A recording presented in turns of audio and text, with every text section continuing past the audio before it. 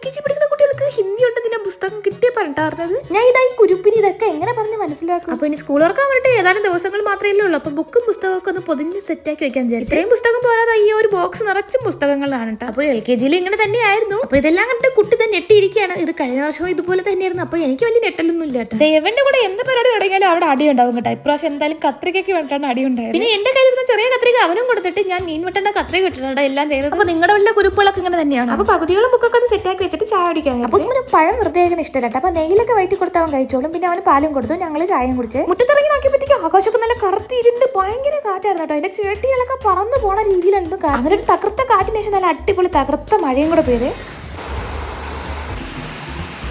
അങ്ങനെ കുറെ നേരം നിന്ന് മഴയൊക്കെ കണ്ടിട്ട് പിന്നെ ബാക്കി ബുക്കും കൂടെ പൊതിയാനിട്ട് പോയി. കാണുമ്പോഴത്തേക്ക് ഇത്രയേ ഉള്ളൂ എങ്കിലും ഇത് പൊതിഞ്ഞെടുക്കാൻ വേണ്ടി വൻ ടാസ്ക് ആയിരുന്നു കേട്ടോ. അങ്ങനെ മഴയും കണ്ട് കുറെ സമയം ഇരുന്നിട്ട് എല്ലാം അങ്ങോട്ട് സെറ്റാക്കി എടുത്തിട്ടുണ്ട്. അപ്പൊ ഇന്നൊരു കുഞ്ഞുകൂടെ ഇത്രയേ ഉള്ളൂ. വീഡിയോ ഇഷ്ടമാണെങ്കിൽ സബ്സ്ക്രൈബ് ചെയ്ത് സപ്പോർട്ട് ചെയ്യട്ടെ.